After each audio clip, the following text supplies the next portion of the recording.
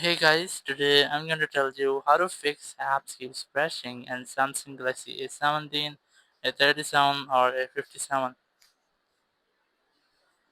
If you're using Galaxy A17, A37 or A57 and you're facing the issue that your apps are keeps crashing, so let's see some possible fixes for this. The very first thing you can try to go to your settings app here. In settings, go to software update section.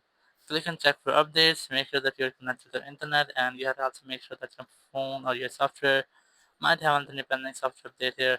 If you get, just try to download and install that update on your phone. And once you have done, your issue might have been fixed. If it's still not fixed your issue, go to Play Store app here, click on this profile icon, click on this manage apps and devices, click on check for updates, and you have to make sure that your all apps are up to date. You might have any pending updates for any of your app.